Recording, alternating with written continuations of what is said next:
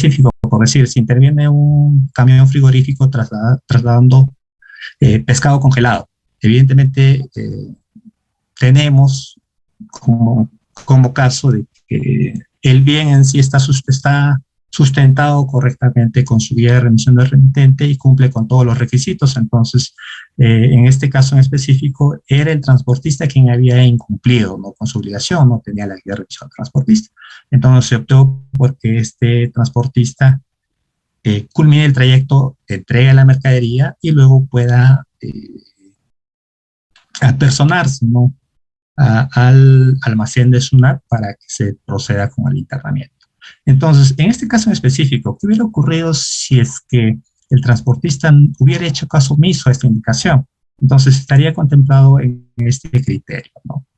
Ojo que este criterio, según también lo establece la RS, esta sí no está sujeta a gradualidad. Entonces, evidentemente, si se hace la sustitución, esta no tiene gradualidad. En la otra situación, también se puede sustituir el internamiento temporal por una multa a solicitud del infractor, siempre y cuando esté inscrito en el RUC, para lo cual él tiene que presentar un escrito solicitando esa sustitución, ¿no? Ahora, si no se llegase a aceptar esa solicitud de este infractor, evidentemente corresponde a la SUNAT comunicarle un plazo no mayor de 3 días hábiles, ¿no?, desde el momento en que el infractor presenta esa solicitud. Ahora, si se llega a aceptar la solicitud y evidentemente procede la sustitución de la sanción de internamiento temporal de una multa, para que el infractor pueda retirar el vehículo, debe de acreditar la cancelación total de la multa.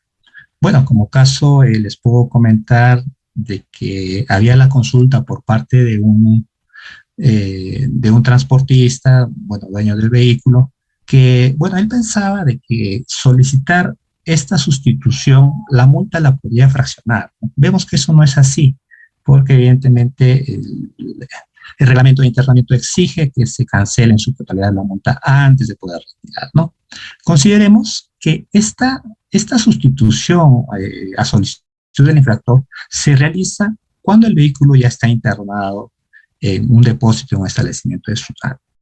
Ahora, la sustitución que hace por facultad de la SUNAT es en el momento en que se ha detectado la infracción, ¿no? Antes de que ingrese de repente o se puede ingresar el vehículo al almacén, teniendo en consideración ciertos criterios que ya le hemos estado comentando en la anterior diapositiva. Bien, tenemos un ejemplo respecto de la multa que sustituye el internamiento, ¿no? Debemos de considerar que esta infracción está sujeta al régimen de gradualidad. Nos remitiremos al anexo 5, ya tenemos acá unos datos cuando es por facultad de la SUNAT, ¿no?, entendiéndose que este es al momento que se está levantando el acta probatoria.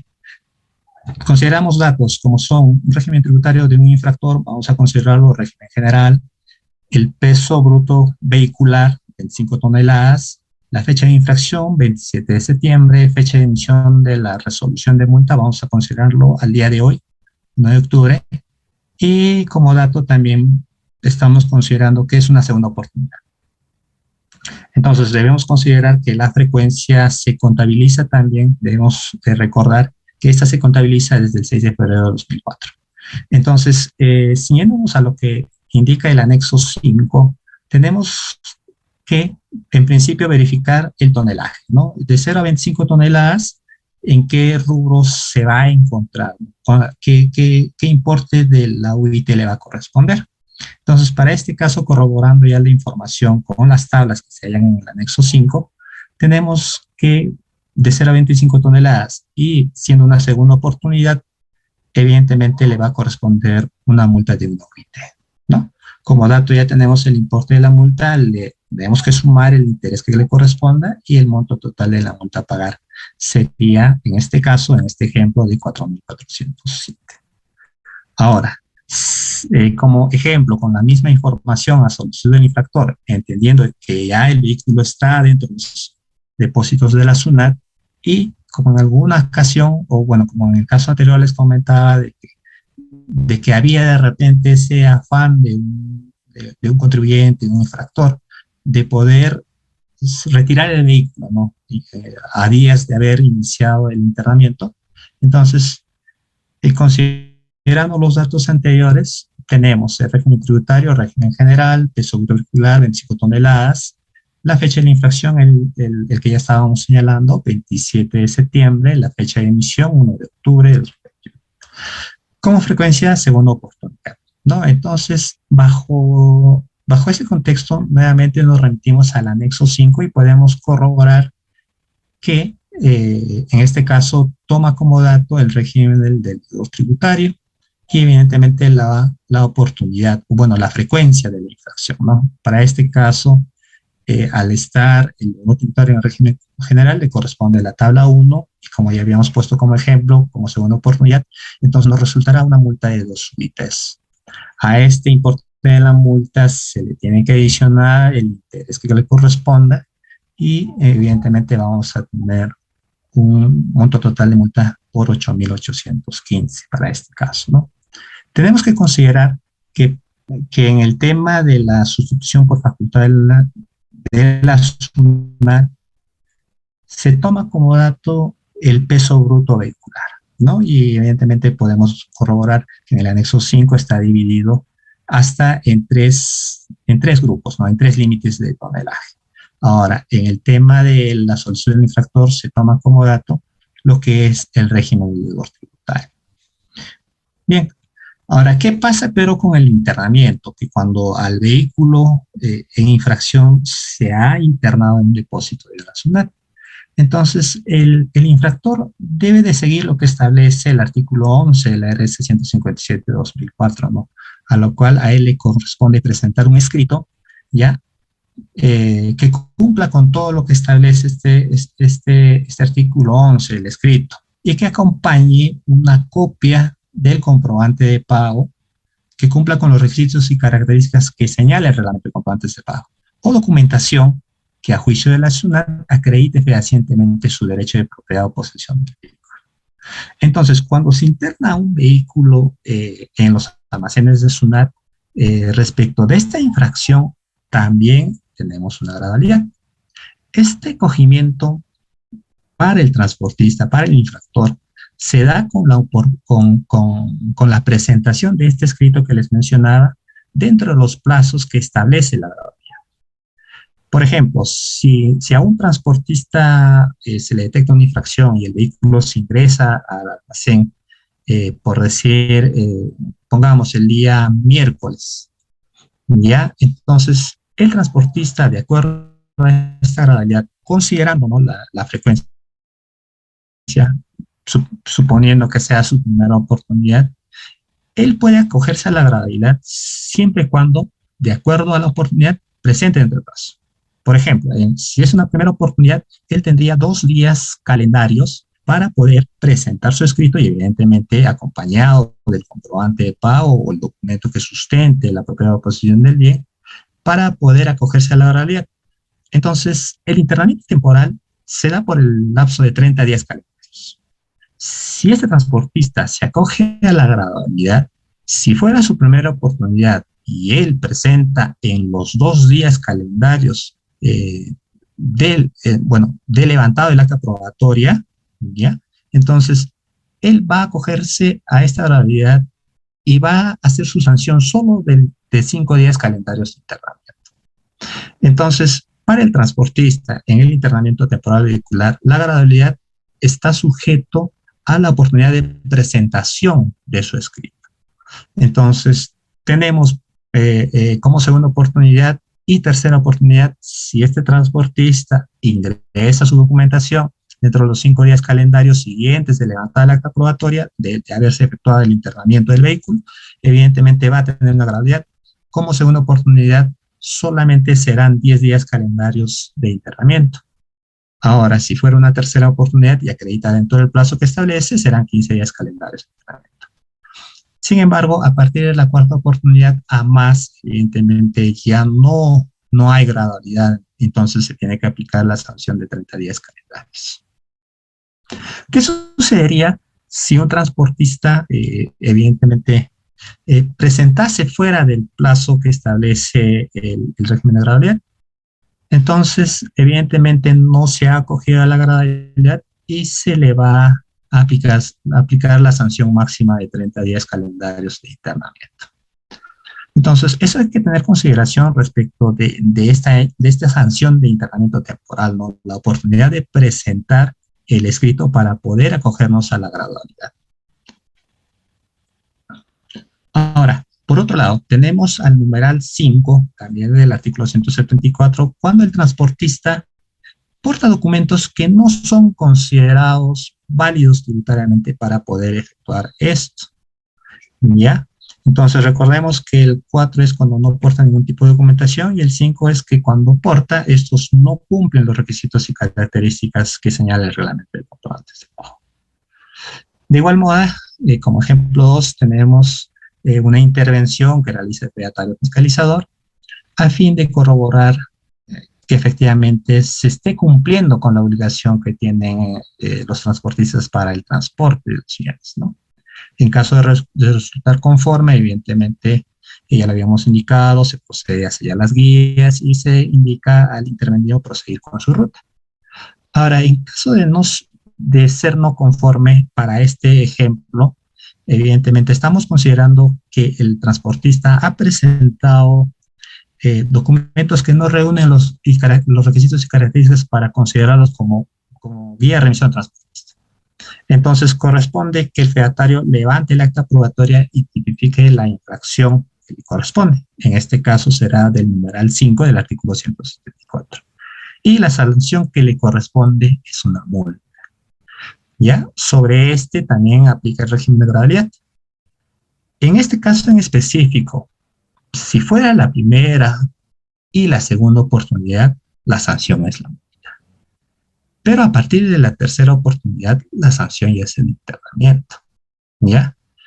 También debemos de considerar que sobre este internamiento va a operar el mismo procedimiento que ya habíamos visto respecto del numeral 4, ¿no? Que evidentemente si el transportista presenta su documentación dentro de los 5 días calendarios posteriores al levantamiento del acta, evidentemente va a acogerse a la gradualidad.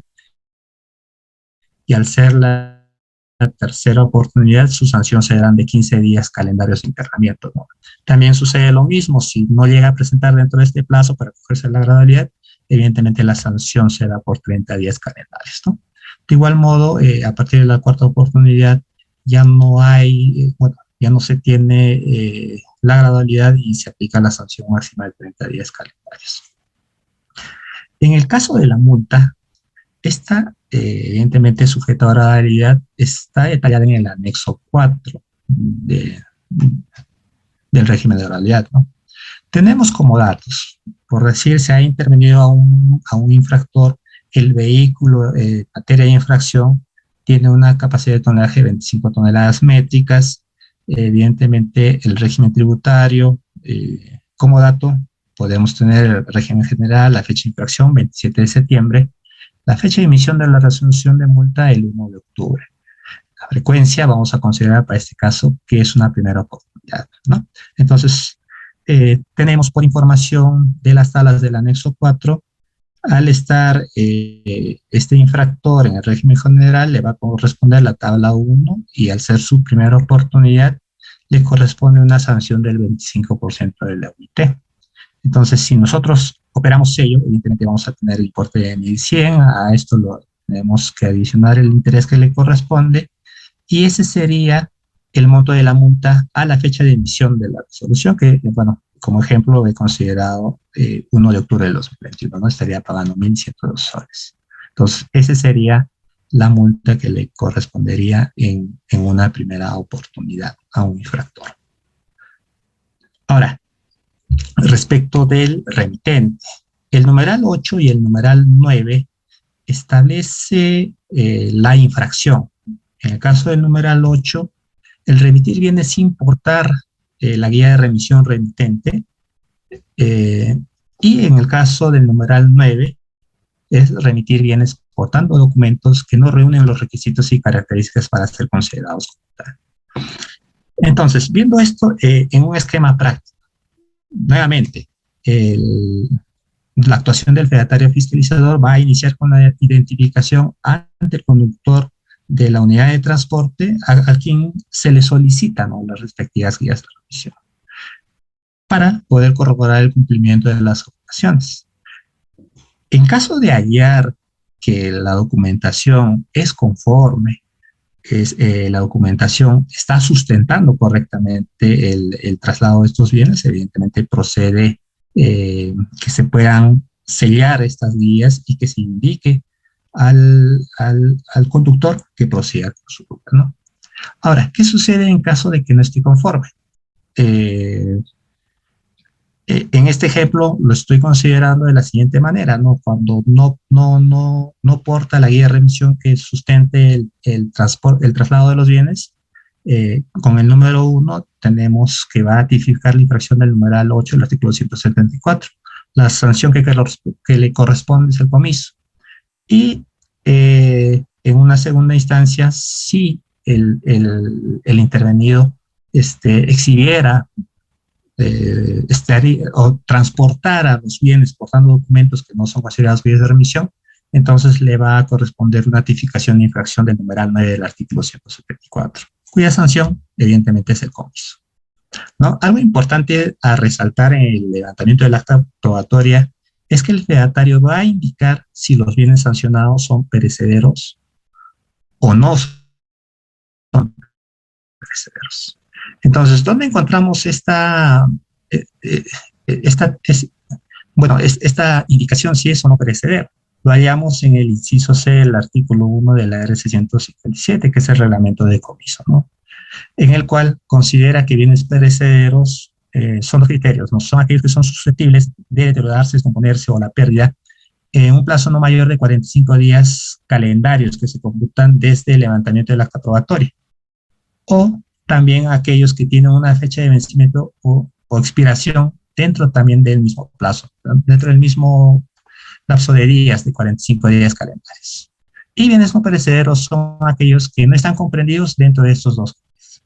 Entonces, esto es importante recalcar porque es en base a esta información el cumplimiento de los plazos para poder sustentar la devolución de los bienes. Entonces, cuando el fedatario fiscalizador ha intervenido un vehículo, ha tipificado la infracción y evidentemente va a aplicar la sanción si le corresponde el comiso, procede que se sustituya por una multa de manera excepcional, considerando la naturaleza de los bienes o se requiera de depósitos especiales. Porque recordemos que en este caso la sanción va a ser al remitente, o sea, la sanción del comiso es sobre los bienes que se están trasladando. Entonces, en el inciso A, que nos indica naturaleza de los bienes, evidentemente debemos de considerar qué tipo de bien es, ¿no? En este caso nos hace un ejemplo por decir animales vivos. Evidentemente, bajo esa circunstancia procede que sustituya la sanción de comiso. Esta sustitución evidentemente se hace cuando el fedatario está levantando el acta probatoria. En el inciso B hace mención a que requiere de un depósito especial. Como ejemplo, por decir, si se hace una intervención a un cisterna de combustible, evidentemente, si producto de esa intervención hallamos de que el transportista cumple con todos sus requisitos, más no el bien, en este caso, si fuera combustible, vamos a ponerlo así, evidentemente se requería de un depósito especial para poder hacer el trasegado de ese bien combustible de repente a algún tipo de depósito especial, ¿no?, pero que evidentemente es necesario para poder efectuar el comiso. Entonces, bajo ese panorama, va a sustituir la sanción esta de comiso por una multa. Entonces, la multa que sustituye el comiso también se halla en el régimen de gravabilidad, está en el anexo 5, ¿no? Como un ejemplo, vamos a consignar algunos datos. Tenemos, por decir, un infractor tributario que se halla en el régimen general. Consideremos que la fecha de infracción ha sido el 20 de septiembre. La fecha de emisión de la respectiva resolución de multa consideremos el 1 de octubre y como frecuencia vamos a poner de dato como una segunda oportunidad, ¿no? ¿Qué tipo de bienes se han intervenido y se han sancionado? Como ejemplo, pongamos 27 toneladas de cemento a granel. Entonces, ¿qué es lo que ha sucedido posterior al levantamiento del acta probatoria y a la sustitución de la sanción de comiso por una multa? El infractor ha presentado, dentro del plazo que se establece, un escrito en el cual ha adjuntado una copia de la factura de compra. Entonces, se aprecia que el valor del bien asciende a 10.000 soles. En el caso de las sanciones de comiso, se trabaja con el valor del bien. Eso está también detallado en el régimen de la gravedad. En el ejemplo que estábamos viendo, consideremos que la multa mínima no debe ser menor al 5% del límite. Entonces vamos a determinar la multa que le corresponde a este bien. Entonces tenemos como valor 10.000 soles y la multa que resulte es el 10%. ¿Por qué? El anexo 5 establece que si es una primera oportunidad, la multa será el 5% del valor del bien. Para una segunda oportunidad es el 10% y de la tercera a más es el 15%. ¿Ya? En este caso es por la sustitución. Entonces, si el fedatario fiscalizador tipifica la infracción, sea del numeral 8 y 9, y hace la sustitución, evidentemente ya estaría dentro de los alcances de este anexo 5, ¿no? Entonces, tanto si fuera 8 y 9, la gradualidad es igual para ambos, ¿no? 5% la primera vez, 10% la segunda y 15% de la tercera más veces. Entonces, en nuestro ejemplo vemos de que al ser segunda oportunidad es el 10%, sería el importe de 1.000 soles, haciendo un operando con la multa mínima esta, el 5%. Evidentemente tenemos que tomar para dato de la multa el importe de 1.000 soles. La multa a pagar sería 1.000 soles, ¿no? Al cual le tendríamos que adicionar el interés que le corresponda y ya tendríamos el monto de la multa a la fecha de emisión de esta resolución, ¿no? Que como dato le hemos considerado 1 de octubre del 2021. Ahora, ¿de dónde obtenemos esta información para poder efectuar la valorización, tener el valor del bien en materia de sanción? Lo vamos a obtener al momento de la intervención, ya de repente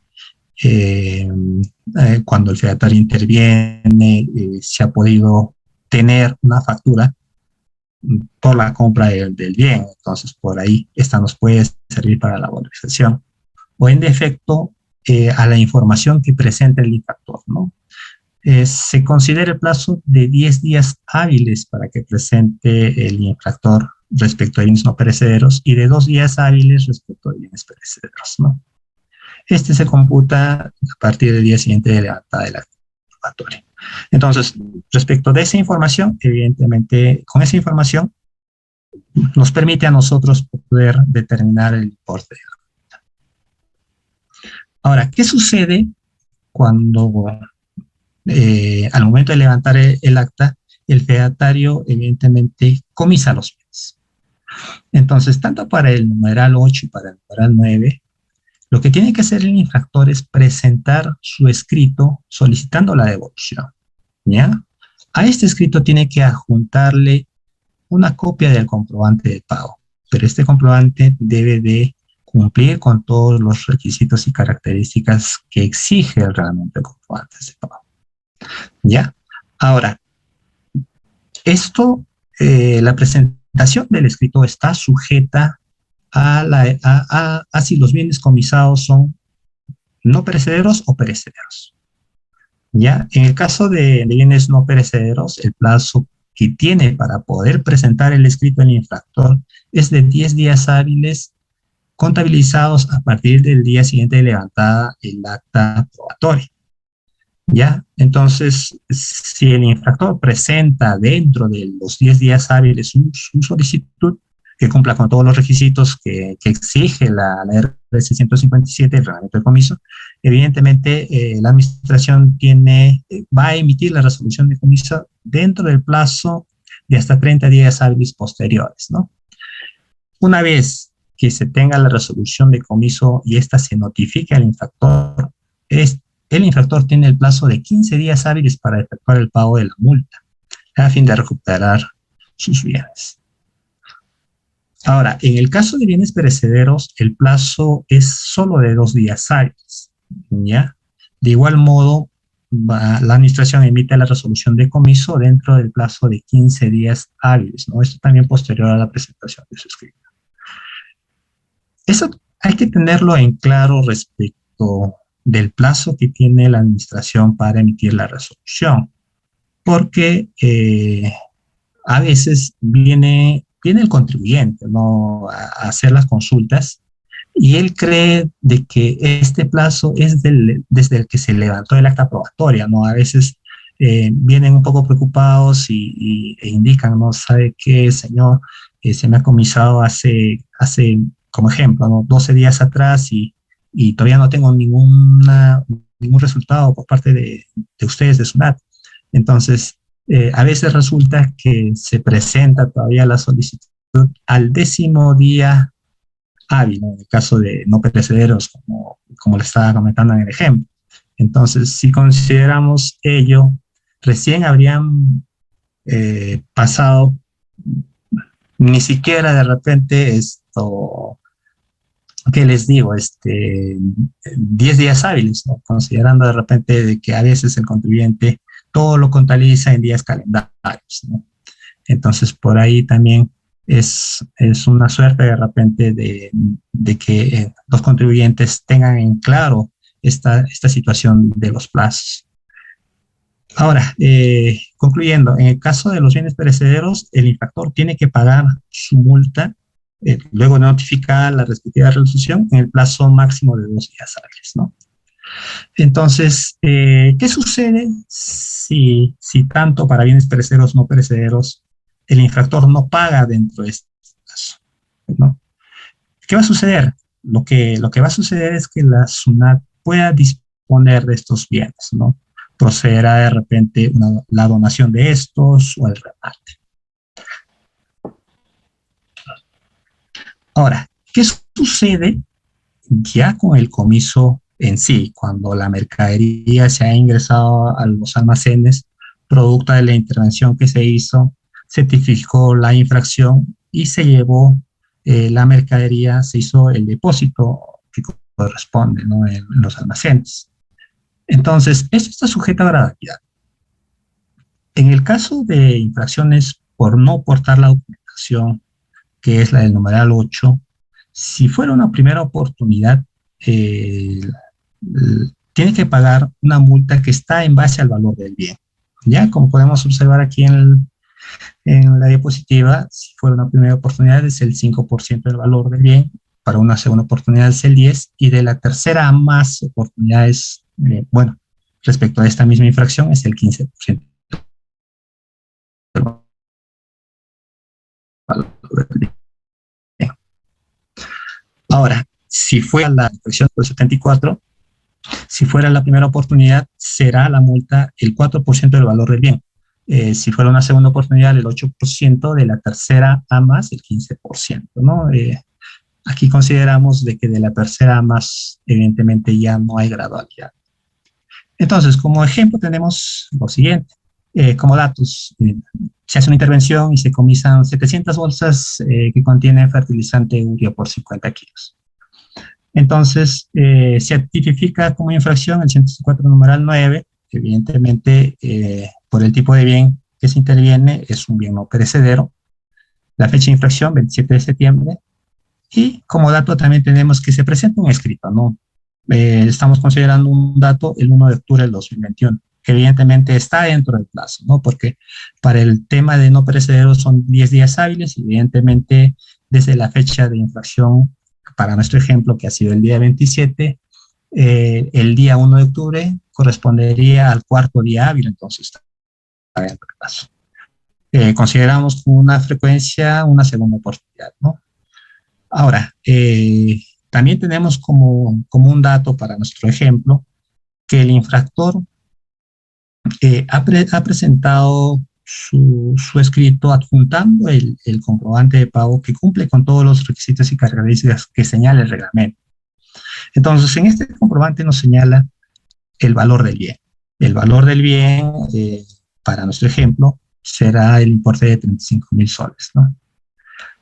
Ahora, respecto de la gradualidad, como ya lo estábamos viendo, si es numeral 9, entonces al ser segunda oportunidad le corresponde el 8% del valor del bien. Entonces, respecto del total, o sea, del que vale los bienes que se han comisado, el 8% va a representar la multa para recuperar sus bienes comisados, el importe de 2.800 soles. Entonces, lo que corresponde, una vez notificada nuestra resolución de comiso al infractor, es que para que pueda recuperar sus bienes, pague esta multa, ¿no?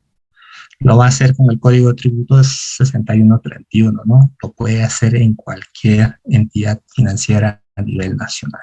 Y bueno, para ya hacer el trámite de la devolución netamente, deberá exhibir la constancia de pago, ¿no? El voucher de pago que se ha efectuado en alguna entidad financiera, bancaria, perdón. Ya, entonces procede a emitirle una orden de retiro de bienes y es con este documento que el infractor puede ya retirar sus bienes del almacén de su. Ahora, ¿y qué sucedería en el caso de que este infractor presenta su solicitud fuera de los plazos? Considerando, por decir, en el caso de no perecederos, lo presenta en el 12º día o en caso de bienes perecederos, en el 3º o 4º día.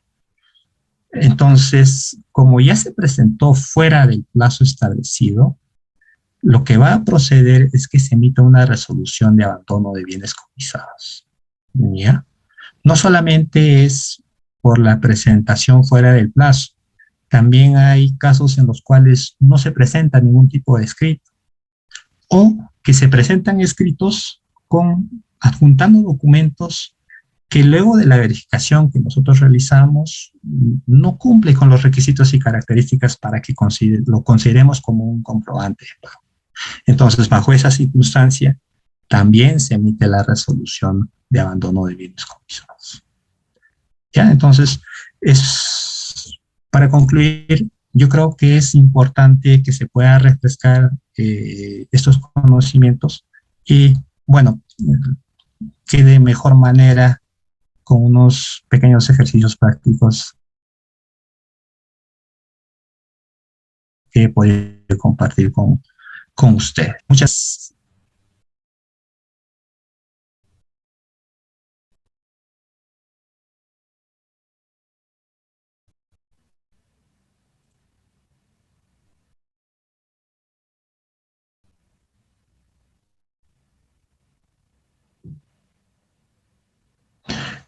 Bueno, esperando de repente algunas consultas por parte de ustedes, estoy ya no a poder de repente disipar algunas dudas, si es que las hubiese, por favor. A ver, invitamos a nuestros participantes que puedan plantear sus preguntas por el chat de Zoom o la caja de comentarios del Facebook, por el cual se está transmitiendo también esta conferencia. Esperemos unos segundos para ver si es que ha quedado alguna duda, porque lo más posible es que haya quedado todo claro también. Déjeme revisar, por favor, nuestra página de Facebook para ver si existe alguna consulta por parte de nuestros participantes. A ver.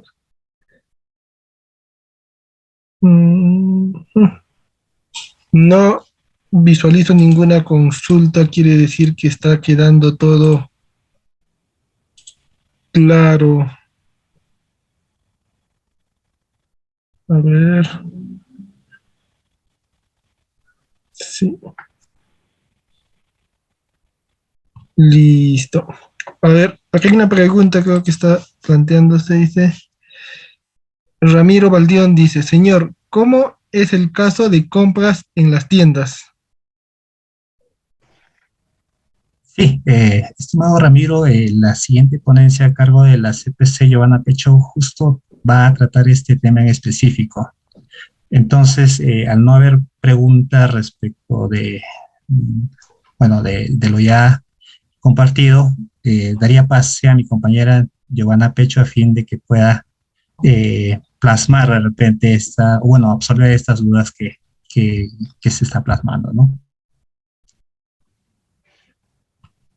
Claro que sí. Muchas gracias, licenciado Juan Mendoza, por la exposición de esta primera parte de la conferencia. Damos pase al contador Javier Franco para que pueda presentar a nuestra siguiente expositora. Adelante, contador Javier. Bueno, muchas gracias. En esta primera oportunidad lo que hemos querido desarrollar es el tema del traslado de la mercadería de los bienes, que aquí en nuestra dependencia tenemos varias casuísticas relacionado a los comisos de la mercadería. Como bien lo explica Manuel en su Juan en su exposición, la importancia de nosotros como contadores es poder orientar adecuadamente a los contribuyentes para que ellos puedan cumplir con su obligación de la emisión de las vías de remisión, tanto remitente como transportistas, y no tengan ningún impedimento legal al momento de hacer ese tipo de transacciones o no tengan alguna incidencia con la administración tributaria. Recordemos los plazos que se tiene, las obligaciones que se cuentan, y con ello el tránsito de la mercadería va a llegar en el momento oportuno al destino. La importancia del traslado de la mercadería se evidencia también en la contabilidad de una empresa. Entonces, tengan en cuenta las sugerencias esbozadas en este taller. Y ahora lo que vamos a compartir es el complemento de esta información de infracciones y sanciones que está relacionada básicamente a las transacciones que se realizan en los establecimientos y la importancia de la emisión de los comprobantes de pago, que va a estar a cargo de la CPC Giovanna Pecho. Igual estamos a su disposición cualquier consulta que ustedes puedan tener. Disculpe, contador Javier, hay una pregunta que ha llegado a la página de Facebook. Dice, Wilson Taipe pregunta, ¿qué pasa si como infractor no presento mis sustentos de mis comprobantes al plazo determinado? Bien, voy a dar el marco general y de ahí le voy a pedir a Juan que complemente. En efecto, una de las obligaciones tributarias es la emisión de las guías de remisión. En el caso que se tipifique una infracción por el artículo 174, numeral 8 o numeral 9, como ya se indicó, estas van a ser comisadas, las mercaderías, y por ende van a ingresar un procedimiento administrativo. En el caso de que no se presente la documentación sustentatoria dentro de los 10 días hábiles establecidos, la mercadería ingresará a un ámbito de abandono. Por consiguiente, al haberse determinado que no existe un contribuyente que haya sustentado la posesión de la mercadería. Este efecto administrativo ya está a cargo de la dependencia a cargo y corresponderá a analizar el destino de estos bienes. En muchos de los casos, la administración toma la decisión de donar esta mercadería a entidades que se encuentran inscritas dentro del beneficio de la administración. Juancito, si algo más podrías complementar respecto a la consulta. Sí, evidentemente este abandono está sustentado en una resolución, ¿ya? Y la notificación de esta resolución se hace al amparo del inciso del artículo 104, ¿no? Que es la publicación en el Diario Oficial del Perú.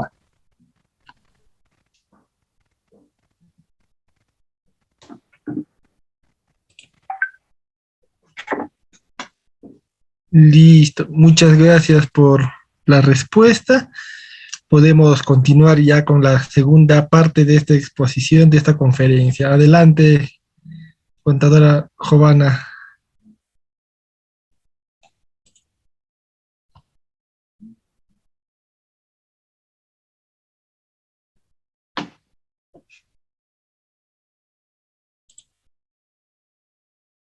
Su micrófono,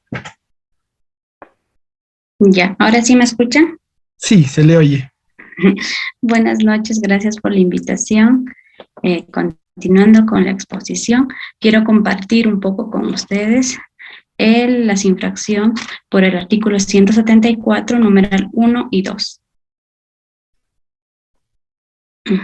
Aquí tenemos un poco la base legal, ¿no? El Código Tributario, el Reglamento de Fedatario Fiscalizador, el Reglamento de Comprobante de Pago, el Reglamento de Régimen de Gradualidad y la RS 144 sobre disposiciones sobre pegado de carteles y sellos.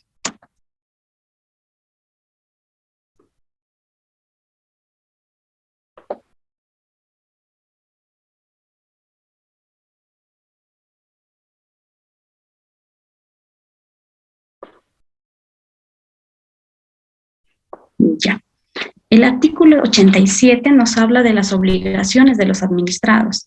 En este caso, nos menciona, ¿no?, que todo contribuyente debe inscribirse en los registros de la administración tributaria, así como obtener, con ocasión de dicha inscripción, la clave SOL. También en el artículo 3, en el numeral 3, nos dice que deben emitir y otorgar con los requisitos formales legalmente establecidos y en los casos previstos por las normas legales, los comprobantes de pago o los documentos complementarios a estos. También podemos observar en el artículo 4 las funciones del fedatario fiscalizador, donde nos menciona, ¿no?, que el fedatario fiscalizador va a dejar constancia de todas las acciones u omisiones que importen la comisión de las infracciones tributarias, a que se refieren los numerales 1 y 2 y 5 del artículo 173, asimismo como el artículo 174, numeral 1 y 2. También nos menciona que el fedatario fiscalizador puede ejecutar las sanciones de cierre de establecimiento temporal, ¿no?, u oficina de profesionales independientes, así como aplicar los comisos o internamiento temporal de vehículo. Ahora, en el reglamento de comprobante de pago, mami, estoy en reunión, cállense, por favor. Ya, disculpen. En el artículo 8 del reglamento de comprobantes de pago nos menciona, ¿no?, los requisitos que debe tener el comprobante de pago. En este caso, nosotros como fedatarios verificamos la emisión de los comprobantes de pago tales como boleta de venta, porque estamos yendo a realizar una compra ficticia como consumidor final. Por eso exigimos que sea boleta de venta. Ahora, ¿qué requisitos debe tener este comprobante de pago para nosotros dar válido o conforme? La información impresa debe ser los datos de identificación del obligado. En este caso, si es persona natural, apellido sin nombre. Si es persona jurídica, la denominación o razón social, la dirección del establecimiento anexo y del establecimiento donde está localizado el punto de emisión. También los contribuyentes pueden considerar todas las direcciones, tanto como el punto de emisión, domicilio fiscal y tal vez establecimientos anexos, pero lo que sí debe estar ahí es el punto de emisión, ¿no? El número de RUC y también debería tener la denominación del comprobante, en este caso, boleta de venta. Ahora que ya estamos en un sistema electrónico, debería ir boleta de venta electrónica, ¿no? La numeración debe ser la serie y número correlativo, o si no, en alfanumérico, como es ahora. Otro requisito que debe ser impreso es los datos de la imprenta. En esto están los apellidos y nombres o denominación de la imprenta, el número de RUC, la fecha de la impresión, y también el número de autorización de impresión, el cual lo otorga SUNAT, ¿no? Y todo esto debe estar impreso. Y el destino del original y la copia, ¿no? En el original debe estar emisor y en la copia adquiriente o usuario. Básicamente, esos son los requisitos que deben estar impresos y eso es lo que nosotros revisamos primero, ¿no? Muchas veces las personas que no conocen un comprobante de pago confunden, ¿no? Una nota de pedido o una proforma aparentemente tiene, ¿no?, la identificación, la dirección, la razón social, o hasta número tiene, pero no va a tener la información de la autorización de imprenta ni los datos de la imprenta y tampoco va a decir boleta de venta, ¿no? Ahora, ¿qué requisitos o qué información no necesariamente impresa debe tener este comprobante? La descripción del bien o el servicio prestado, ¿no? Ahora, cuando compramos también un artefacto o una moto, debe tener, ¿no?, el código, el número de motor, el número de serie. Ahora, el importe de la venta, de la venta, ¿no?, o de la cesión en uso o prestación del servicio prestado. Debe estar ahí el monto, ¿no? En este caso, en boleta no debe estar disgregada, ¿no? Ahora, cada boleta de venta debe ser totalizada y cerrada independientemente. Asimismo, también debe consignar la fecha de emisión y en los casos que el importe total de venta superen los 700 soles, debe consignarse los apellidos y nombres, el número de DNI del usuario o comprador, ¿no? Como verán, esos requisitos no necesariamente impresos son los que nosotros revisamos o deben estar rellenados correctamente, ¿no?, al realizar la intervención. Aquí vemos que el Código Tributario, ¿no?, ahí encontramos el artículo 174 relacionado, ¿no?, al tema de la infracción por la obligación de emitir comprobante de pago, ¿no? En el artículo 1 nos menciona por no emitir y o no otorgar comprobante de pago o documento complementario a estos distintos a la guía de remisión. Y el numeral 2 es emitir y otorgar comprobantes que no reúnen los requisitos y características para ser considerados como comprobante de pago.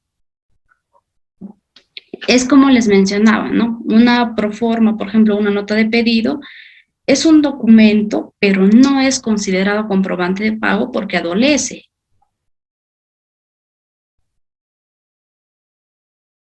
A ver, seguimos.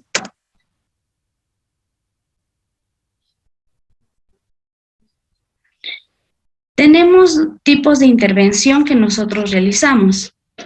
Nosotros realizamos intervención directa y intervención a través de terceros. La intervención directa es cuando nosotros como fedatarios vamos a verificar que ese establecimiento esté entregando los comprobantes de pago, pero como un usuario o como un consumidor normal. En este caso vamos... Joanita, ¿me permites un momento? Le pediría al que está encargado de la sala si podría controlar esos aspectos para continuar con la sesión, por favor. Muchas gracias. Sí, un momento, por favor. Se está haciendo esa transmisión en este momento. Se está haciendo esa... Ahorita...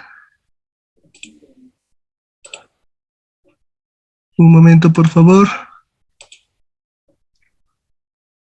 Un momento, por favor. Se ha deshabilitado un momento ese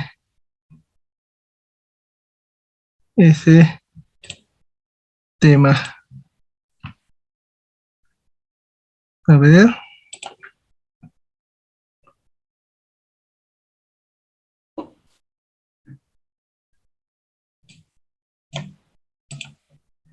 Un momento, por favor. Un momento, por favor.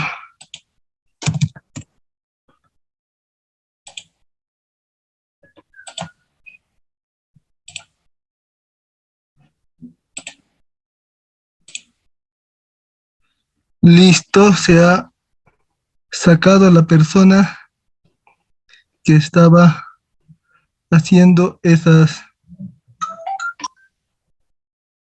cosas de la sala y se le ha bloqueado para que no ingrese. Un momento, por favor. Déjenme.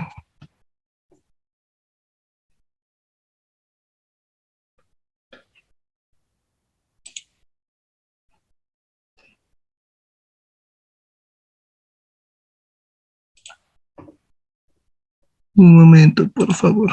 Ahorita vamos a...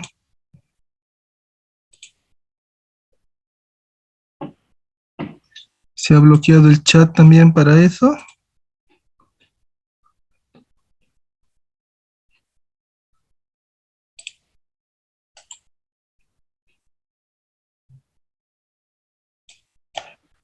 Un momento, por favor. Vamos a...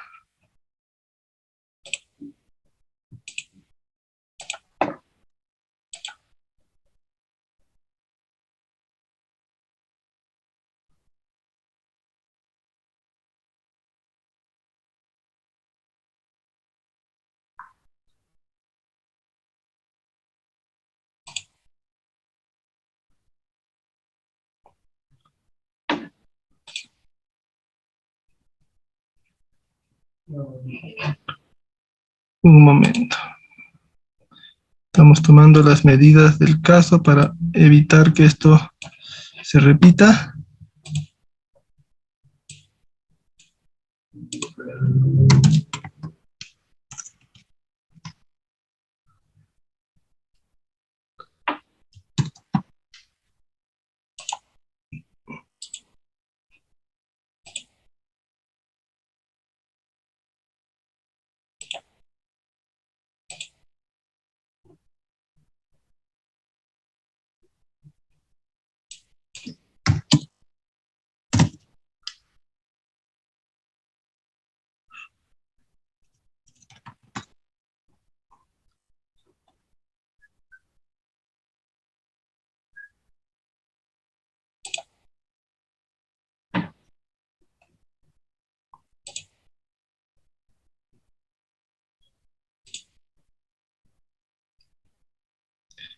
A ver, contadora Jovana, puede continuar. Disculpe, hemos sacado de la sala a las personas que estaban haciendo estas anotaciones.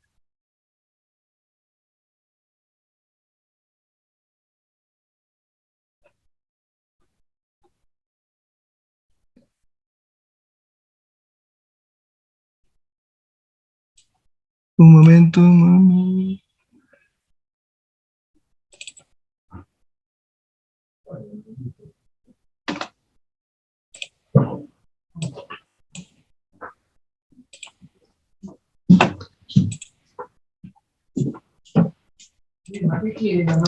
Un momento, esta persona sigue estando acá.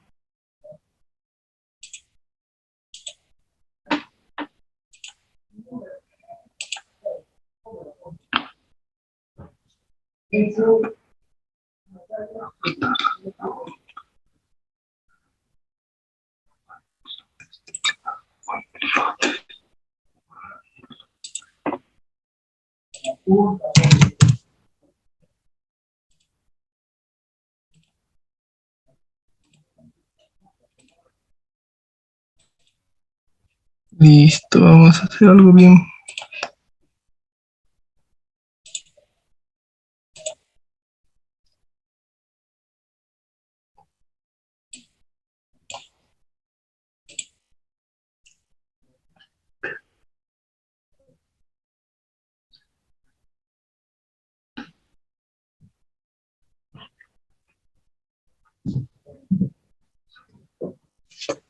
A ver, un momento, vamos a reiniciar esta sesión de Zoom, en la cual solo vamos a ingresar los expositores, y la transmisión va a ser exclusivamente por la página de Facebook del Colegio de Contadores.